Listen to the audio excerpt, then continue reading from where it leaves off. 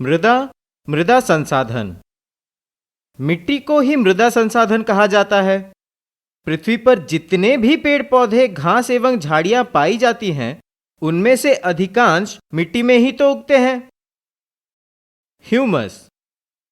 मृदा में पेड़ पौधों, जीवों एवं अन्य सड़े गले पदार्थों के अवशेषों को ह्यूमस कहा जाता है। पौधा अपना भोजन एवं आवश्यक पोषक तत्व मिट्टी से ही प्राप्त करते हैं। मृदा पृथ्वी के सबसे ऊपर यानी भूपटल के ऊपर पाई जाती है। इस सतह में पेड़ पौधों की वृद्धि के लिए सभी जरूरी खनिज तत्व, पोषक तत्व एवं चट्टानों के कण मौजूद होते हैं। पोषक तत्वों के रूप में मृदा में ह्यूमस, वायु, जल एवं सूक्ष्म जीवाणु उपस्थित रहते हैं। मृदा का उपयोग फसलों की खेती करने में, पेड़ पौधों, घास, झाड़ियों को उगाने में, गृह निर्माण में, मूर्तियां बनाने में, ईंट, खिलौने, गमला, घड़ा सुराही, कपड़ा इत्यादि बनाने में, मिट्टी के गिलास, दिया, कलश इत्यादि बनाने में तथा बांध, तटबंध, कच्ची सड़क इत्यादि के निर्माण में भी तो मिट्टी का उपयोग होता है।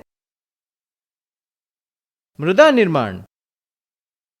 किसी स्थान की मृदा के निर्माण में वहां उपस्थित मौलिक चट्टान, क्षेत्र की जलवायु, वनस्पति, सूक्ष्म जीवाणु, क्षेत्र की ऊंचाई, ढाल तथा समय का योगदान होता है।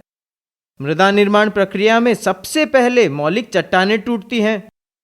टूटे हुए कणों के और महीन होने की प्रक्रिया अनवरत चलती रहती है।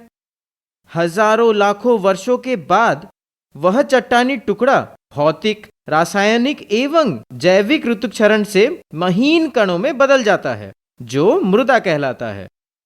सामान्यतः 1 सेंटीमीटर मोटी सतह वाली मृदा के निर्माण में सैकड़ों हजारों वर्ष लग जाते हैं।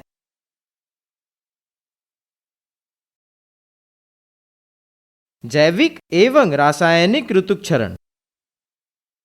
पेड़ पौधों, जीव जंतुओं, मानवीय क्रियाओं तथा जल की प्रतिक्रिया से चट्टानों का टूटना एवं गलना रासायनिक ऋतुक्षरण कहलाता है। भौतिक ऋतुक्षरण। तापमान में उतार चढ़ाव, तुषार क्रिया तथा चट्टानी परतों के फैलने सिकुड़ने से चट्टानों का टूटना भौतिक ऋतुक्षरण कहलाता है। स्तर अ ह्यूमस, स्तर ब बालू एवं पंख, स्तर स ऋतुक्षरित कण, स्तर द मौलिक चट्टान यानी मृदा निर्माण की प्रक्रिया काफी लंबी अवधि में पूरी होती है। इस दौरान मृदा को क्या कहा जाता है? ऊपर स्तर अ में ह्यूमस की अधिकतरी होती है। ब स्तर में बालू एवं पंख की प्रधानता होती है। स स्तर में ऋतुक्षरण से प्राप्त चट्टानी कण मिला करते हैं, जबकि सबसे निचले स्तर में मूल चट्टानें होती हैं। इसे स्तर द भी कहा गया है। मृदा के प्रकार। मृदा निर्माण के कारकों में स्थानीय भिन्नता के कारण सभी जगह एक तरह की मृदा नहीं पाई जाती है। मृदा वर्गीकरण के कई आधार हैं।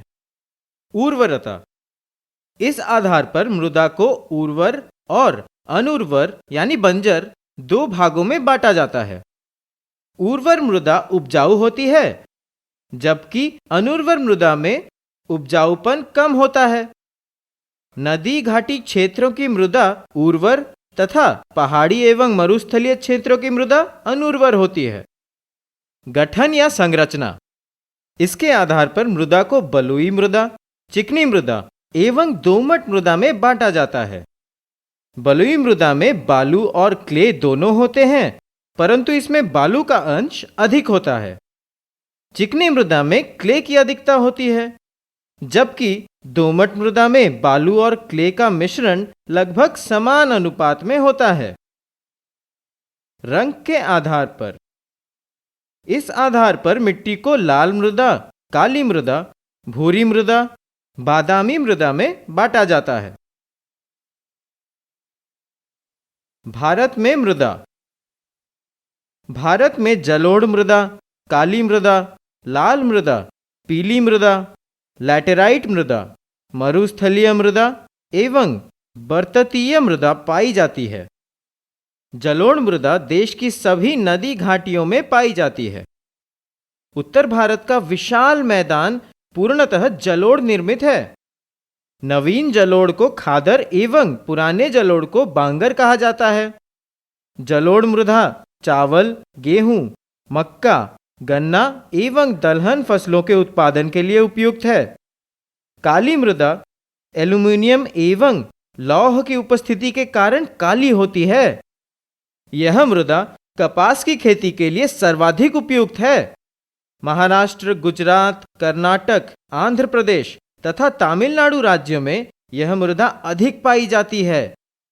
लाल एवं पीली मृदा प्रायद्वीपीय पठार के पूर्वी एवं दक्षिणी हिस्से में पाई जाती है।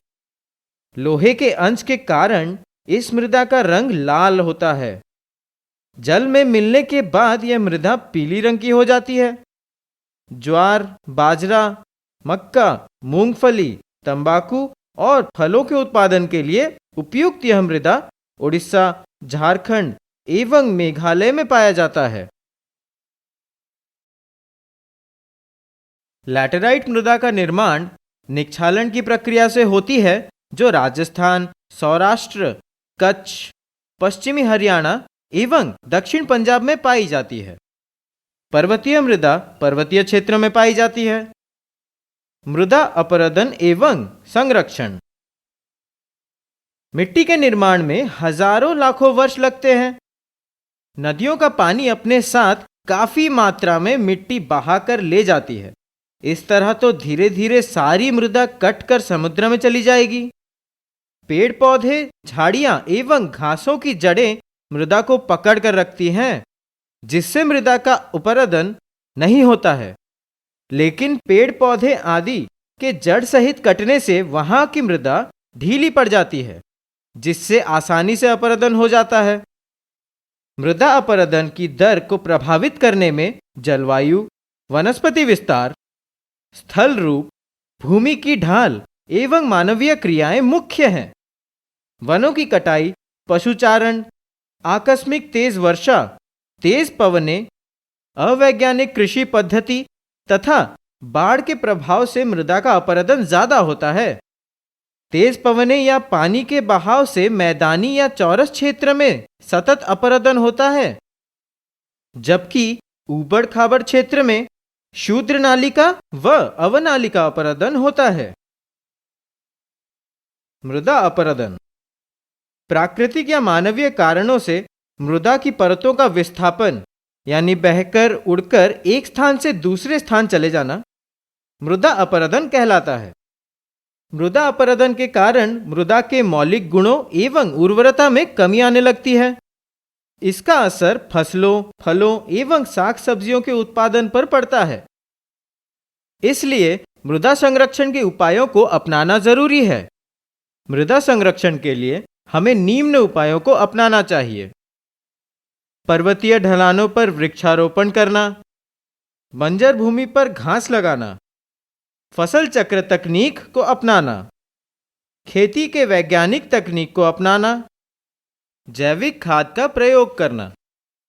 हम ध्यान रखेंगे कि मृदा एक महत्वपूर्ण संसाधन है, जिसका हमें संरक्षण करना है।